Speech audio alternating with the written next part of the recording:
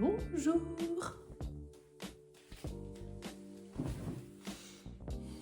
Bon, 1, 2, 3, il faut se lancer. Bienvenue dans cette vidéo où je vais te parler de mon arthrogrypose multiple congénitale. Alors non, je viens pas de t'insulter, hein, je viens juste te donner le nom de mon handicap. Je souhaitais faire cette vidéo depuis un moment, mais franchement, parler devant la caméra comme ça, c'est pas évident. Et en fait, ce week-end, j'ai participé à mon tout premier week-end rencontre organisé par l'association Alliance Arthrogrypose, qui est l'association de référence, entre guillemets, en France, qui représente finalement, ou qui regroupe plutôt, toutes les personnes atteintes, leurs proches, qui fait le lien aussi avec le centre de référence. Mais là, je commence déjà avec des termes techniques, donc je vais reprendre au début. J'ai donc dit que mon handicap s'appelle une arthrogrypose multiple congénitale. Si j'y arrive, je vais te mettre le nom à l'écrit sur l'écran, mais vu que c'est ma deuxième vidéo YouTube, je sais pas trop comment ça fonctionne. Mais je crois en mes capacités, donc je vais y arriver. Alors, si on découpe, on va découper, c'est le plus simple. Arthrogrypose, multiple, congénitale, 3 mots. Dans arthrogrypose, tu as arthro, les articulations, grypose, ça fait penser à gripper. Bon, alors attends, si tu me vois, tu vas mieux comprendre. Articulation, un coude, une main, grippée, bah là ça bouge pas, hein, ça bouge pas beaucoup. Les doigts ça bouge pas beaucoup non plus, j'en ai bien 5 comme je disais. Et à gauche, ici, eh ben, le coude il plie pas du tout. Bon, tu vois plus ma tête du coup, mais c'est pas grave. Et les épaules, tu vois que je suis super baraquée, ou pas du tout. Voilà. J'ai du coup les articulations surtout des membres supérieurs, comme ça s'appelle, donc des bras, des poignets, les coudes, les épaules qui sont touchées, mais ce qui ne se voit pas et qui a peu d'incidence sur ma vie quotidienne aussi, c'est que mes genoux, je ne peux pas les plier à plus de 90 degrés. Bon. Donc, arthrogrypose, articulation, grippé, on est ok, on a compris le principe. Multiple. Bah, le multiple, tu viens de le voir aussi, c'est plusieurs articulations. Alors, le compte plusieurs, c'est pas 2 poignets, c'est poignet plus coude, c'est plusieurs hauteurs en fait. Les médecins disent ça comme ça. Je sais. Je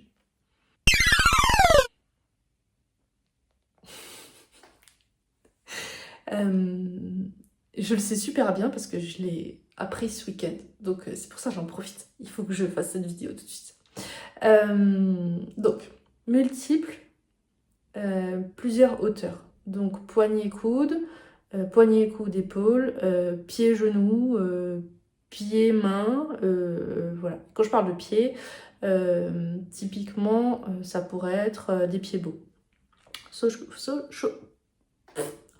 Chose que je n'ai pas du tout.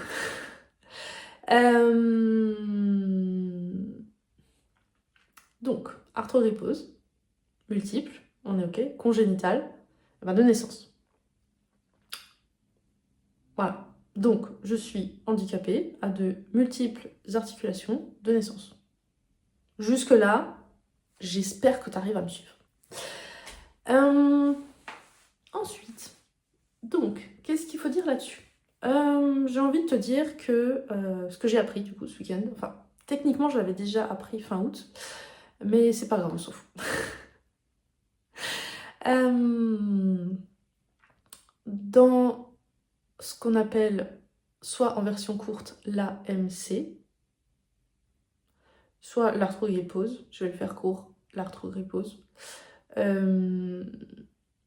il y a, en fait, le corps médical le découpe en 3 sous-catégories. On a une catégorie qui s'appelle la myoplasie. Ensuite, on a une catégorie qui s'appelle l'arthrogrypose distale. Et on a le reste. Voilà, c'est une belle catégorie, le reste. Oui, oui. Alors, ce qu'il faut comprendre, c'est que je suis en train de revisualiser le tableau que nous a fait la généticienne avec tout le truc. J'ai l'image. Moi, j'ai une mémoire photographique. Si tu as la même, tu me comprends. L'arthrogrypose multiple congénitale, ils ont... quand je dis ils, c'est les médecins, ont identifié 500 causes possibles. Ouais, on est pas mal. Dans ces 500 causes, ils ont donc différencié 3 groupes. Le premier groupe, qui s'appelle la myoplasie, c'est une seule cause. Ok, et là tu dis 500, hein, ok. Et les 3 groupes représentent bien en termes de patients atteints, ou d'atteinte, ou de... Voilà. Chaque groupe représente un tiers. Donc un tiers des patients atteints l'est pour une seule cause. Je sais pas si c'est très clair. J'essaye de faire très clair. Du coup, la myoplasie, qu'est-ce que je vais en dire? Le nom vient de l'absence de muscles. Genre le tableau clinique, comme ça s'appelle, je rentre plutôt bien dedans. Alors il faut savoir que pour poser le diagnostic, il faut avoir fait un bilan dont je vais te parler après, et je ne l'ai pas fait encore, donc c'est un estimatif, mais je pense qu'il n'est pas trop mauvais. Donc la myoplasie, c'est l'absence de muscles. Je reviendrai un peu plus tard en fait sur le pourquoi de l'arthrogrypose. Ok. La forme amyoplasique, c'est celle qui semble correspondre le mieux au tableau clinique, c'est-à-dire aux atteintes que j'ai. Et c'est une version, j'ai envie de le dire, c'est un peu mal dit, mais voilà, qui est non génétique. Il n'y a donc pas d'hérédité. Et c'est, comme dit, c'est dès la naissance. Et du coup, la cause, je reviendrai un petit peu après sur les pistes qu'ont les médecins actuellement, parce que ils n'en sont qu'à avoir des idées. Ensuite, j'ai dit le deuxième groupe, c'est l'arthrogrypose distale. Et ils ont tendance à l'appeler comme ça. En fait, ils l'appellent comme ça parce qu'au départ, c'était surtout pour des gens qui étaient touchés au bout des membres, distal, distance, enfin, voilà, pieds et mains. Et finalement,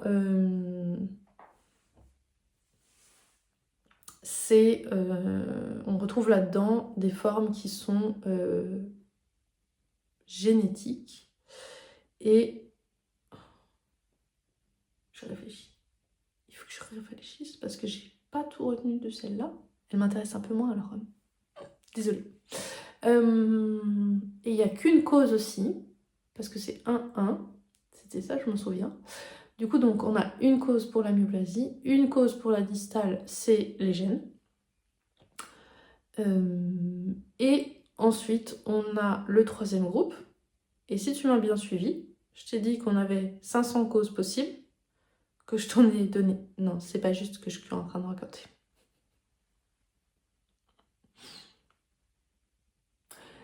C'est pas juste. Dans l'arthrogrypose distale, il y a 10 causes possibles.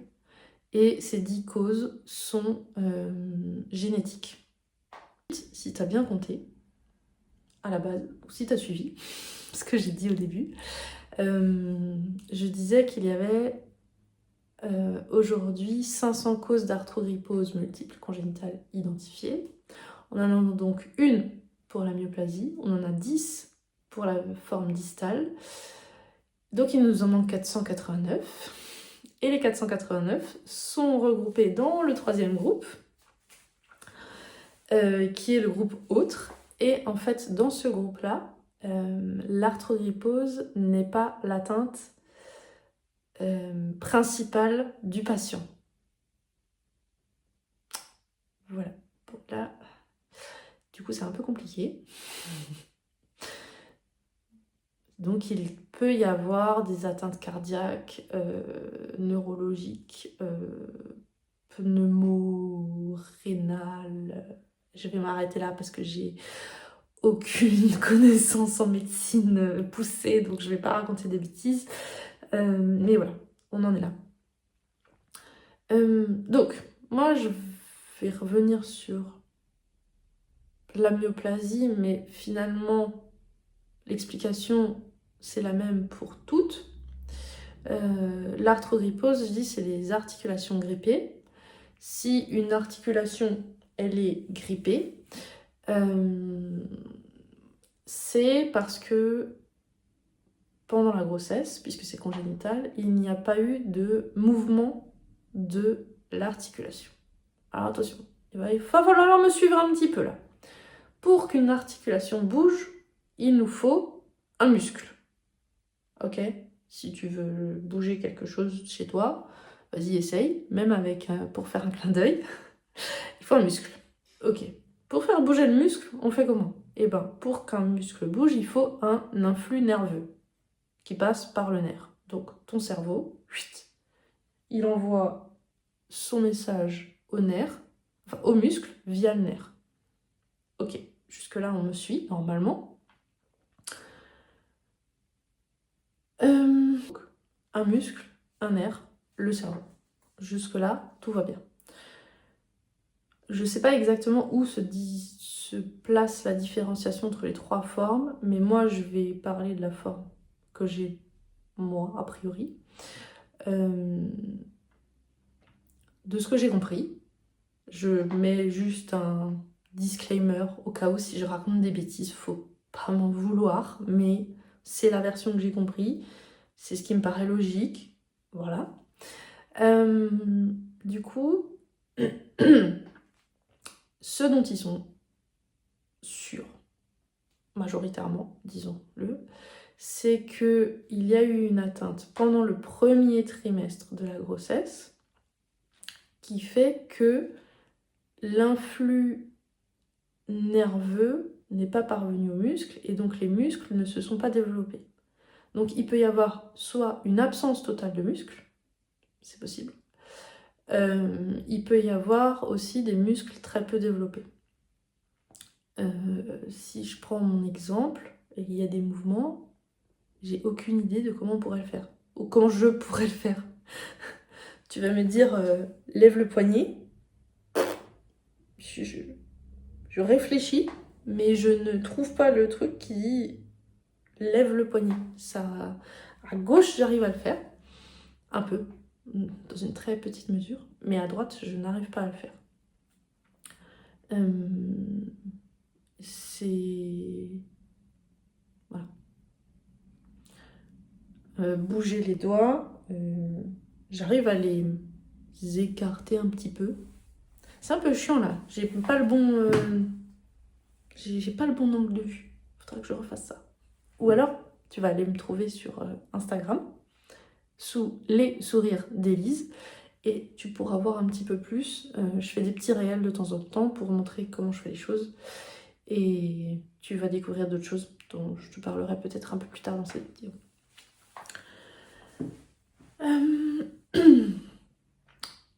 Donc absence de muscles ou muscles très peu développés, c'est-à-dire que là, si je te montre, ça c'est plus facile à montrer, mon épaule j'arrive pas, et encore, là c'est plus, celle-là c'est toute l'omoplate que je monte, Mais le bras, si je veux monter que le bras, attention, voilà.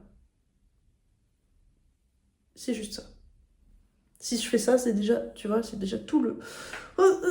Voilà. Si je veux monter juste... Ici, j'arrive un peu. Ça craque, tu l'entends pas, mais ça craque à fond. Et encore. Ouais. Et devant, ouais, c'est tout. Non, enfin bref, quoi. Donc ça ne bouge pas beaucoup. Donc les muscles se sont peu développés, ou pas, voire pas du tout. Et l'influx nerveux, du coup, il n'est pas parvenu correctement. Et actuellement, ils étudient la vascularisation des muscles, puisque pour avoir un nerf, il faut avoir une artère, je crois. Désolée si j'ai dit des bêtises. Et du coup, ils en sont là, et ils envisagent une des hypothèses. Je sais pas comment dire ça, mais vraiment, il faut reprendre ça avec du recul. Une des hypothèses avancées serait un AVC au niveau du fœtus pendant le premier trimestre de grossesse. En tout cas, quelque chose au niveau vasculaire qui ne se fait pas. Et donc, si tu n'as pas le vaisseau sanguin qui irrigue le muscle correctement, le nerf ne se développe pas non plus, et t'as compris, la boucle est bouclée. Voilà, cette partie, autant la partie muscle et nerfs, j'avais compris le principe, autant la partie vasculaire, je connaissais pas.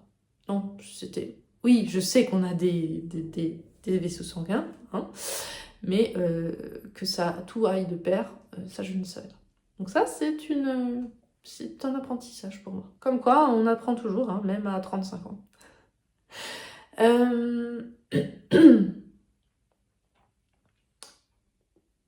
Et donc, dans les formes génétiques, ce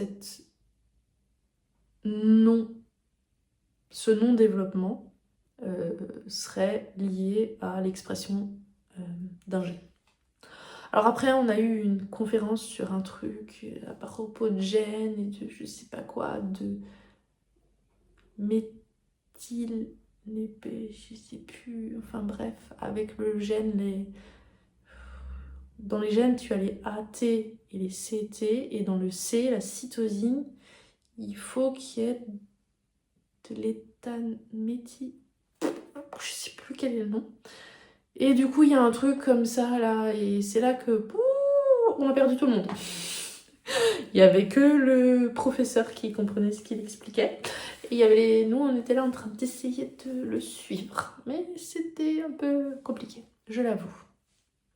Fort intéressant quand même, mais je ne saurais pas le réexpliquer. Bref, donc, arthrogrypose multiple congénitale, une histoire de mauvaise circulation sanguine, hein, si je résume, et ce qui explique que quand on essaye de me faire une prise de sang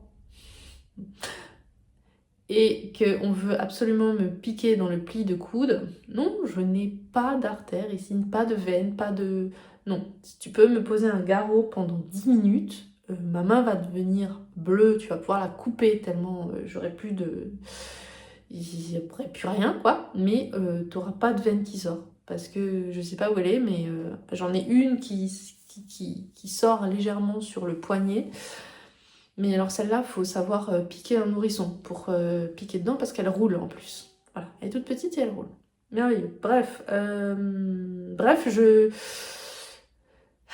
quand il faut que je fasse une prise de sang, c'est toujours très compliqué et je stresse à l'avance parce que je n'ai pas confiance en les personnes qui piquent. Il faut vraiment que la personne prenne son temps pour le faire. Et en général, quand tu vas au labo, faut que ça aille vite, quoi. Faut qu'il pique, faut que ça envoie, faut que ça... Mais non, avec moi, ça marche pas, quoi. Donc c'est un peu compliqué. Voilà. Du coup, en gros, l'explication de l'arthrogrypose. Chez moi, je t'ai donc dit que ça s'exprime au niveau niveau des épaules, des coudes, des poignets, des doigts, du coup, des mains. Il faut savoir que quand je suis née, du coup, j'avais les 2 coudes en extension complète. Et donc, qu'à droite, voilà, tu vois, ça, je le fais pas exprès, hein, je le tiens pas. J'ai ce qu'on appelle un flexum, c'est-à-dire que j'ai été opérée pour que j'ai une main qui monte à la bouche, hein, c'est sympa de pouvoir manger, brosser les dents, des choses comme ça, quoi, un peu basique. Ils m'ont donc opéré du coude droit pour pouvoir amener la main à la bouche. J'ai été opérée aussi des 2 poignets qui ne bougeaient pas beaucoup, très peu, voire pas du tout.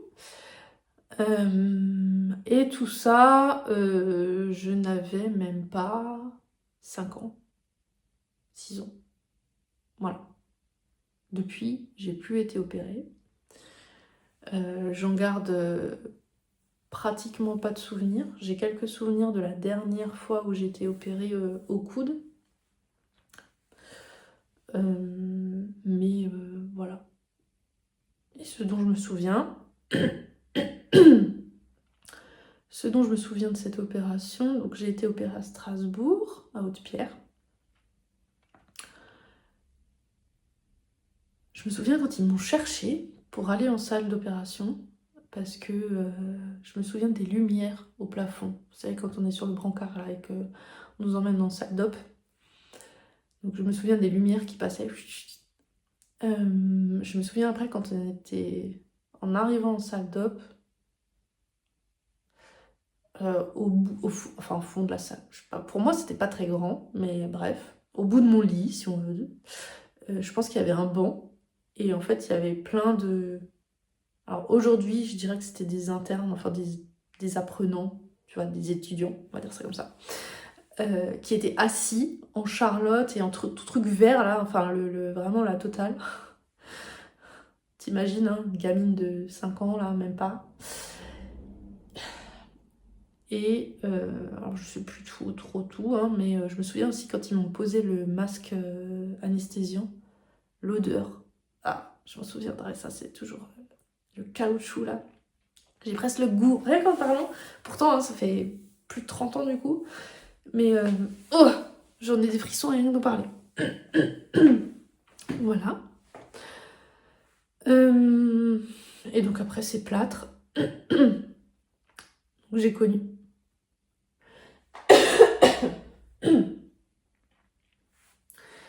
J'ai donc connu les plâtres, les attelles, les plâtres en plâtre, les plâtres en résine. Je peux te dire que le dernier était en résine verte. Voilà. Ensuite, j'ai eu beaucoup d'attelles pour maintenir, parce que du coup, donc, ils ont cassé l'articulation pour que je puisse... Hey, ça, c'est le maximum, mais c'est que du passif. Donc, ce que j'appelle actif et passif. Un mouvement en actif, c'est le mouvement... Voilà, ça c'est de l'actif. C'est tout ce que j'arrive à faire. Hein. Au niveau des doigts, c'est pas plus que ça comme mouvement actif, c'est-à-dire que c'est le muscle. C'est le muscle hein, qui fait ça. Et mais là, alors là, est-ce qu'on voit? Ouais, si on voit un peu que ça bouge là, tu vois. Là, je te montre tous mes biscottos. Ça, c'est de l'actif. Mais du coup, j'ai... Voilà. L'actif sur le coude, c'est ça. Et le passif, c'est quand on vient bouger l'articulation, quelqu'un d'autre, ou enfin bref.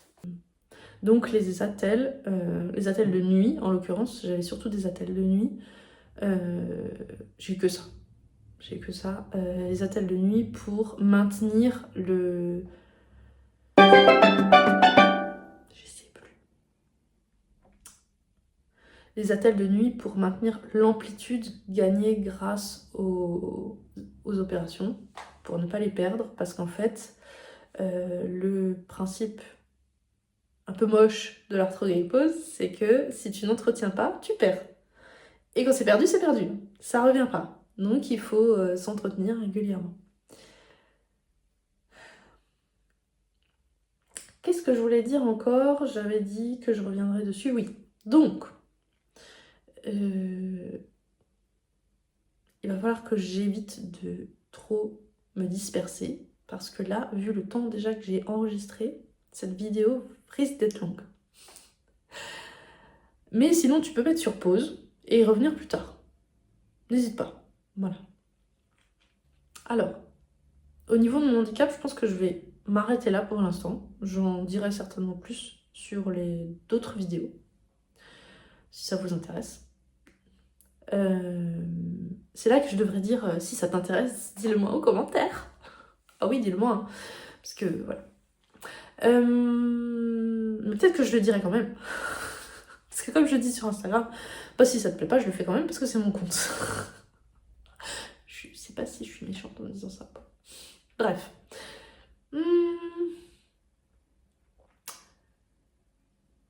J'ai donc fait cette vidéo aujourd'hui parce que j'étais en week-end rencontre Alliance Arthrogrypose. Alors Alliance Arthrogrypose, c'est donc l'association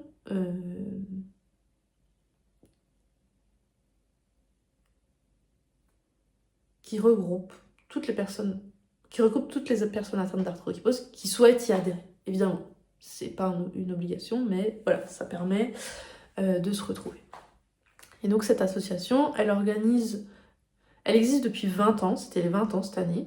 Le principe, là, c'était... donc depuis 20 ans, elle organise un week-end, une fois par an, un week-end rencontre, comme ils l'appellent. Donc tous ceux qui le veulent peuvent venir participer, s'inscrire, participer au week-end. Il y a donc des gens atteints et leurs proches qui souhaitent venir avec. Alors cette année, c'était à Saint-Malo. Alors je ne l'ai pas précisé, mais j'habite près de Mulhouse. Autant de dire que Saint-Malo, pour moi, c'est l'autre bout de la terre. C'est très très loin. Y aller en train, ça signifie changer de gare à Paris. Mais on a eu l'occasion d'y aller en covoiturage avec des gens de Besançon. C'était super sympa, ça permettait de faire déjà connaissance dans la voiture. Même si on avait été déjà en contact il y a pratiquement 20 ans, du coup, pratiquement à la création de la sauce. Mais on s'était perdu de vue et moi, voilà, c'était pas quelque chose qui m'attirait à l'époque. De savoir, de se rencontrer, voilà. Et donc, ce week-end, je vais t'expliquer comment il s'est déroulé, comme ça tu comprendras un peu l'intérêt. Déjà, il faut savoir qu'on était une centaine de personnes à Saint-Malo, dont 40 personnes atteintes. Et dans ces 40, on avait un petit qui avait 11 mois, jusqu'à des personnes, je sais pas du coup quel âge j'avais la plus âgée, mais 50-60 ans, enfin voilà, c'était tout âge, toute catégorie que je t'expliquais avant confondue, et c'est là qu'on voit toute la disparité d'atteinte, et en même temps, les ressemblances. Je crois que c'est surtout ça que je retiens, moi, c'est les ressemblances dans les atteintes ou dans les gestes. Je crois que c'est ça, en fait, moi, qui m'a le plus... que je retiendrai le plus. Je sais pas comment dire ça. Est-ce que c'est... ça me rassure ou ça me fait sentir moins différente ou moins bizarre? Je ne sais pas trop comment l'exprimer et je sais pas trop comment c'est dans ma tête. Mais ouais, les voir bouger, je me suis dit, ah, je suis pas la seule à faire comme ça. Et je me dis, bon, ok, voilà, il y a quelque chose. Et en même temps, t'as l'impression que X, Y, Z a la même atteinte que toi et en fait, il arrive à faire beaucoup plus. Donc c'est vraiment propre à chacun. Alors, le week-end a commencé vendredi après-midi, accueil des participants, donc là on arrive, connaît personne. Tu dis bon, qu'est-ce qu'on fait? Bah en fait, pas du tout. Moi je me suis dit, oh là là, comment je vais faire pour discuter avec les gens et tout. Mais en fait, le contact se fait super facilement. Et je pense que le fait qu'on vienne tous pour la même chose rend ce contact plus facile. Et oui, les anciens, évidemment, viennent à ta rencontre et tout. Voilà. Donc on arrive, on nous donne un petit badge avec notre nom. Il y a de là où on vient, il y a le nombre de week-ends faits. Donc c'est là que quand on a un petit 1, on est tout neuf. Et il y a aussi un petit logo pour dire si tu es la personne atteinte ou pas. Du coup, il y a un logo supplémentaire si tu es atteint. Voilà, donc on est arrivé, on a discuté. Il faisait un peu beau, donc on était dans la cour, machin. Puis tu vois des petits, tu vois des plus grands, tu vois des petits qui courent entre guillemets en fauteuil électrique. Mais est-ce que ça les dérange? Non, pas du tout. Ils jouent quand même dans la cour. Impressionnant, vraiment, c'est... Ouais, non, le handicap est occulté, quoi. Ensuite, on a commencé avec... Est-ce qu'il y avait une petite présentation de je sais plus quoi, je sais plus, mais en tout cas, il y a l'assemblée générale de l'association. Alors, j'avoue que ça a été peut-être un peu abrupt. Il n'y a pas de... Quand t'es nouveau, t'arrives et il n'y a pas de présentation, un peu, quelque chose comme ça, là. Bon.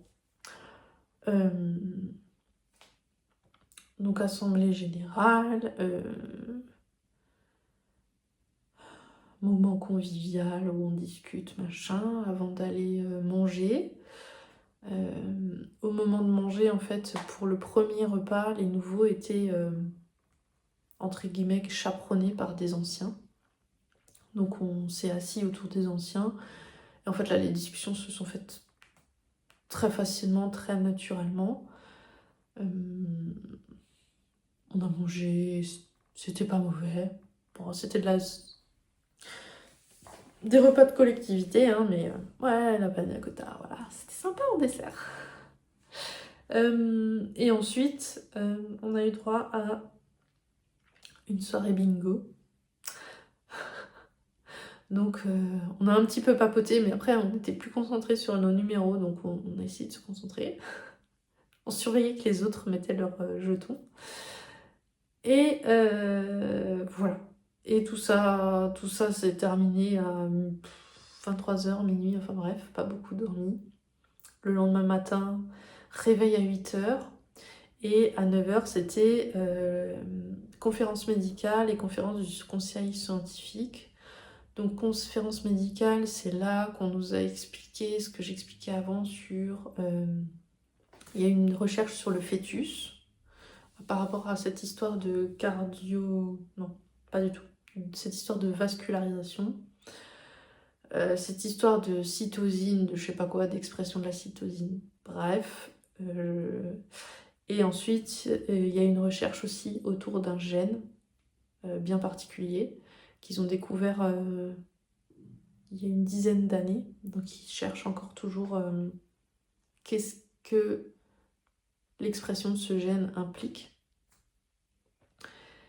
Et il y avait encore un autre truc que là j'ai carrément déconnecté.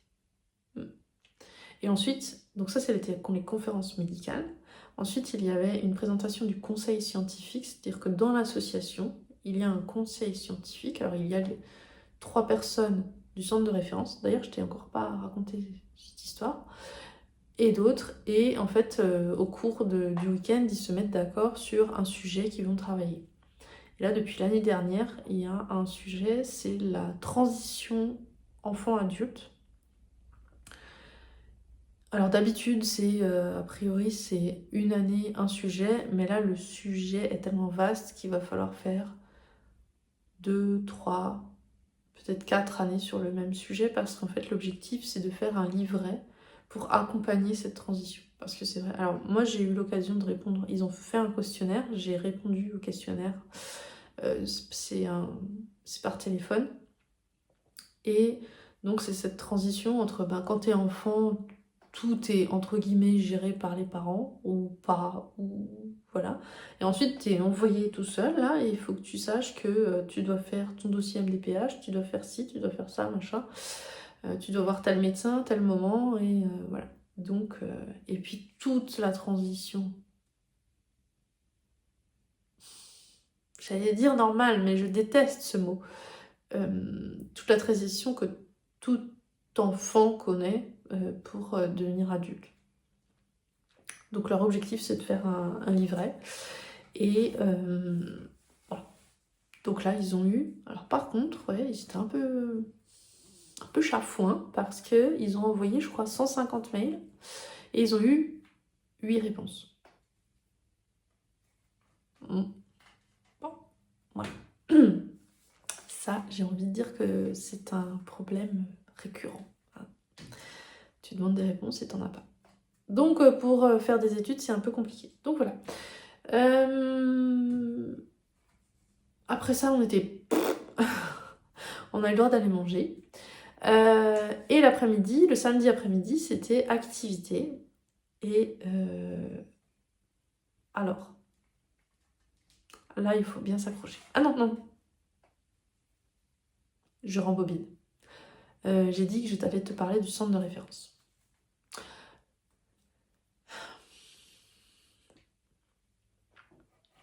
Le centre de référence, c'est le centre hospitalier en fait, de référence pour la maladie rare. Parce que oui, l'arthrogrypose du coup est catégorisée dans les maladies rares. Je crois qu'elle arrive une fois sur 10 000 naissances. Alors si tu réfléchis un peu, c'est pas si rare, mais quand même, voilà, bref, c'est catégorisé maladie rare. Et à ce titre, il y a un centre de référence en France, comme pour d'autres maladies, et celui de l'arthrogrypose est à Grenoble. Il y a donc un professeur généticien en chef, on va dire, de la recherche, et après il y a toute une équipe autour.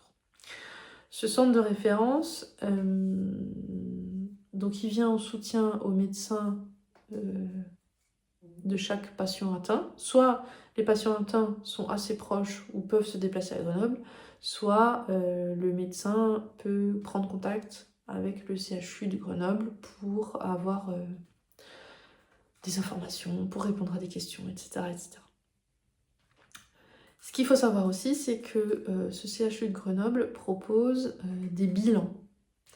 Alors les bilans arthrogrypose, c'est 1 semaine en hospitalisation de jour, 1 semaine de ce que j'appellerais des mesures sous toutes les coutures. C'est... Moi je le vois comme aussi bien de l'apprentissage pour eux, pour la recherche, mais de l'apprentissage aussi pour nous, patients atteints. Je ne sais pas ce que je vais apprendre, mais je saurai. Normalement, c'est l'année prochaine. Il faut savoir qu'ils en font 1 par mois, grosso modo, mais que sur 10 mois de l'année. Et j'ai été inscrite sur la liste d'attente en 2024 et normalement, je devrais en avoir un en 2026. Et là, actuellement, il disait que les prochains sont en 2028. Les prochains créneaux disponibles sont en 2028.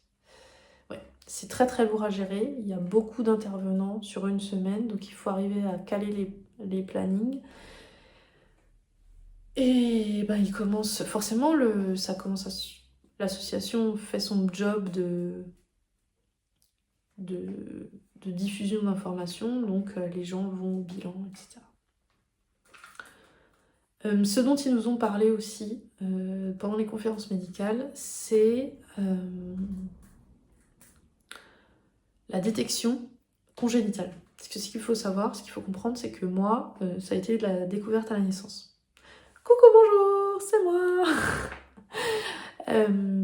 Aujourd'hui, ils sont capables, dans certains cas, et si c'est bien repéré, de l'identifier pendant la grossesse, suite à la deuxième échographie.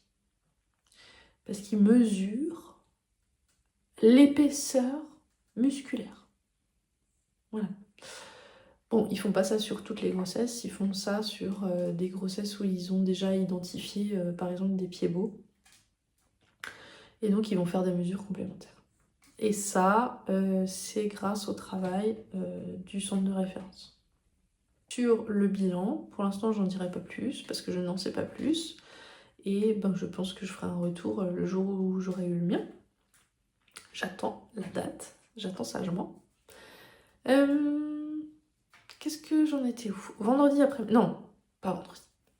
Samedi après-midi. Alors, samedi après-midi, il y avait des activités. Donc, il y avait, ils proposaient, au moment de l'inscription, il fallait choisir entre char à voile, laser game, bowling, aquarium, balade en bateau. Et il y avait une idée qui traînait, entre guillemets, avant que je m'inscrive, c'était de faire un atelier aquarelle. Alors là, en fait, l'idée vient du fait qu'une personne atteinte et faisant partie intégrante de l'association est disparue d'un cancer en février de cette année. Et elle était artiste peintre de la bouche, en aquarelle, entre autres, parce que de ce que j'ai vu, elle faisait d'autres choses. Et donc, les personnes proches qui étaient proches d'elle dans l'association voulaient faire quelque chose, mais il n'y avait pas d'aquarelliste sous la main. Et du coup, quand j'ai dit que je venais, on m'a demandé si je voulais bien animer un atelier. J'ai dit oui, évidemment, j'ai dit oui, parce que moi je suis toujours partante pour faire des trucs que j'ai jamais fait. Et puis même si j'avais pas connu Fanny, elle s'appelle, moi ça me tenait à cœur si elle voulait faire un hommage, de pouvoir apporter ma contribution.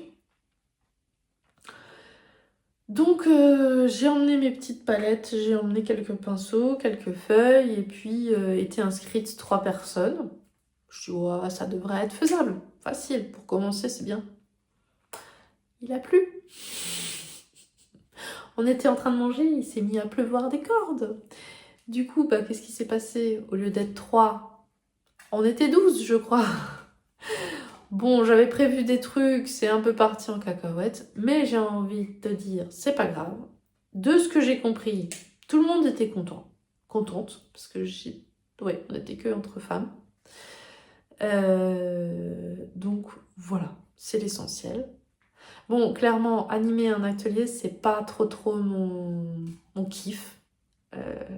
Et en plus, et ensuite, il y a une petite de 12 ans, du coup, c'était son anniversaire, je savais même pas au moment. Elle me dit, madame, tu peux faire une démonstration? Elle me faisait rire parce qu'elle me disait madame. Donc bon, une fois que tout le monde a été bien avancé dans son dessin, je dis bon maintenant c'est moi, parce que ça me titillait. Donc je me suis installée et puis j'ai fait ma petite démo. J'ai fait un arbre. Je vais essayer de mettre la vidéo ici. Alors déjà, de 1, il faut que je la récupère. De 2, il faut que je sache comment je fais pour l'inclure là. Si t'as de la chance, tu le vois. Si t'as pas de chance, tu vois juste une photo. Si t'as pas du tout de chance, tu vois juste ma plante.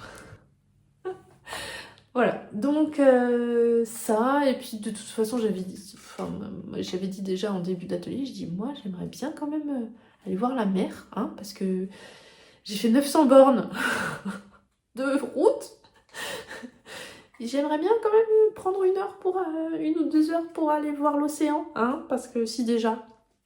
Donc voilà, donc du coup vers 15h30, tout le monde avait bien avancé, machin, moi je sais plus si j'avais déjà, enfin bref. Mais je commence à dire oui. Bon, tout le monde était d'accord sur le principe qu'on voulait aller se balader après. Donc finalement, ça s'est fini tranquillou, on a commencé à ranger, on a laissé sécher les œuvres, n'est-ce pas? Puisque l'aquarelle, ça doit sécher. Et vers 16h30, on a pris la direction de la plage. Bien harnaché, hein, parce que il s'est mis à avoir une petite pluie fine, mais du vent. Donc quand t'as la pluie, le vent, les lunettes, pas d'essuie-glace hein, sur les lunettes. Voilà. Mais c'était sympa, il y a une digue tout le long des plages, donc on peut se balader. Alors si jamais tu connais Saint-Malo, en fait on était à 200 mètres de la plage de la Hoguette. Donc on avait monté, bon on n'a pas fait longtemps, hein, parce qu'on était 3, et il y en avait un qui marchait pas trop bien. Donc et de toute façon l'objectif c'était pas de marcher des heures, c'était juste de profiter du bord de mer. Mais on est passé devant la Thalasso de Saint-Malo. Ouais, elle est belle. Et il est encore plus cher qu'à Pornic. Voilà. Pour la petite histoire, parce que du coup, si tu vois cette vidéo et que tu ne me connais pas, je vais en thalasso à Pornic depuis... J'ai déjà fait plus de 10 cures. Alors c'est de la cure privée, hein. C'est pas de la cure thermale sécurité sociale, c'est de la cure privée. Je fais 4 demi-journées de soins, bord de mer, les soins sont dans l'eau de mer. Enfin bref, c'est trop bien. Et donc là-bas, il y avait la thalasso de Saint-Malo, mais ouais, c'est encore un autre niveau. Bon, l'hôtel est 5 étoiles, hein, donc voilà, déjà ça met d'accord. Voilà, ça c'était pour la petite histoire. Et quand on s'est baladé quand même, au bout d'un moment, j'ai dit, moi j'aimerais bien m'approcher. On était à marée basse. Je dis, moi j'aimerais bien m'approcher un peu, marcher sur le sable et tout. Donc on est descendu, ça approchait de l'eau, mais au bout d'un moment ça soufflait tellement en fait que... Et on a fait demi-tour, j'ai fait quelques photos, on a fait demi-tour et puis basta. Et voilà. Qu'est-ce qu'on a fait après? Ben après, on a eu la petite présentation là. Donc, ce que j'ai fait en début de vidéo, l'explication sur l'arthrogrypose multiple, congénitale, les 3 formes, etc. Parce que ça, c'était... quand tu es nouveau, en fait, tu l'as jamais entendu. Donc, c'est toujours intéressant.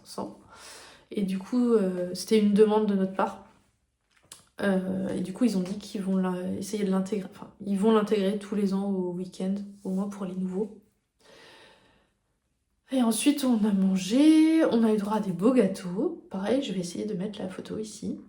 Des number cakes, comme c'était les 20 ans de l'association. Et il y avait là, je sais plus quel était le lien de parenté, mais qui faisait des number cakes comme ça. Ils étaient excellents.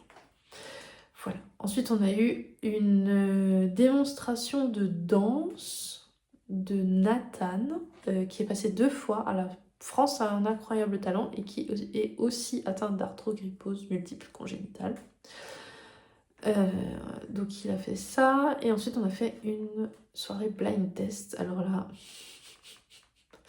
voilà, il y en a qui étaient déchaînés. Enfin bref, on a bien rigolé. Il était minuit quand on est allé se coucher, hein. Et puis en fait, il y avait tellement d'activités, enfin la soirée était tellement animée, tellement bouillonnante que, enfin moi j'ai eu du mal à m'endormir. Puis le lendemain, réveil 8h de nouveau, hein, petit déj, récupérer les pique-niques parce que nous on partait, on reprenait la route avant le repas. Il y en a qui partaient à partir de 14h, mais vu qu'on avait quand même entre 8 et 9 heures de route, plus tôt on partait, mieux c'était. Donc on a pris des paniers repas.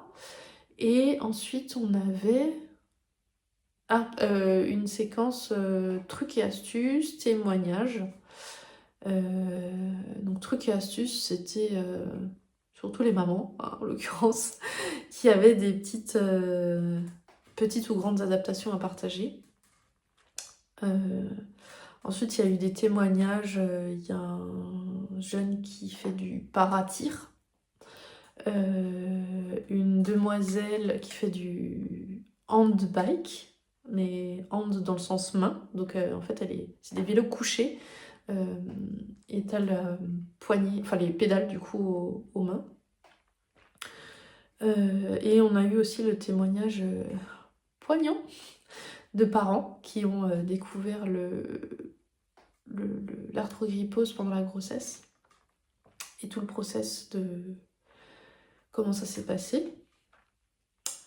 Et ensuite, on a fait des groupes de parole. Donc, il y avait un groupe de parole spécial pour les aidants et un groupe de parole spécial pour les personnes atteintes. Et en fait, ils ont fait un petit sondage. On a fait une liste des sujets dont les personnes voulaient parler. Il s'avère que c'était l'acceptation du handicap dans les 2 cas. Donc voilà, on était en comité restreint et on a échangé là-dessus. Et ensuite, il était midi, et puis on a dû dire au revoir à tout le monde, et puis prendre la route de retour. Voilà. Du coup, qu'est-ce que je garde de ce week-end ? Je garde de ce week-end que en m'inscrivant, je m'étais dit, bon allez, j'en fais un. J'en fais un histoire de voir, et puis... moi j'ai envie de retourner l'année prochaine, hein. Parce que c'est vrai que le contact est hyper simple. On discute de choses... Enfin, moi j'ai eu cette sensation-là, c'est de pouvoir discuter de choses dont je ne parle pas avec mes amis, mais pas dans le sens... Je parle pas parce que je me mets un tabou, mais juste parce que ça pourrait... Comment expliquer ça ? Je mets pas un filtre, mais ça vient pas... Enfin, ouais, non, ça vient pas dans la conversation. Enfin, actuellement, ça ne venait pas dans la conversation. Peut-être qu'après, j'en parlerai plus, mais voilà. Et pour donner un exemple concret, hein, attention, on est sur un niveau de discussion assez impressionnant. Je sais plus comment on en est venu à parler de ça, mais c'était dès le premier repas, donc c'était assez rapidement. Et moi je dis pardon, mais moi ça m'agace les gens qui... tu vas aux toilettes et en fait le papier toilette il est posé sur le WC, quoi. Et là en fait autour de moi j'ai entendu mais ouais, mais t'as trop raison en fait, c'est pas pratique du tout, quoi. Bah ouais, parce que quand t'es paralysé des mains, une fois que t'es assis, hein, si ton papier toilette il est derrière là, mais moi je peux pas l'attraper en fait. C'est horrible. Donc, avant de t'asseoir sur les toilettes, tu dois penser à attraper le rouleau, à te couper un morceau de papier. En même temps, tu dois tenir ton papier, tu dois descendre ton pantalon, tu dois faire ci, faire ça, machin, et toujours en tenant... Déjà, t'as pas beaucoup de mains, mais en plus, il faut que tu tiennes le papier toilette. Non. Et là, en fait, on était tous morts de rire, mais en même temps, on était tous d'accord sur le principe, quoi. Et moi, c'est des trucs, ça m'horripile. Quand je rentre dans le toilette de quelqu'un et que le rouleau, il est posé sur la chasse d'eau derrière, je me dis... Bon, allez, tu vas pas boire beaucoup, comme ça, tu n'auras pas besoin de revenir aux toilettes.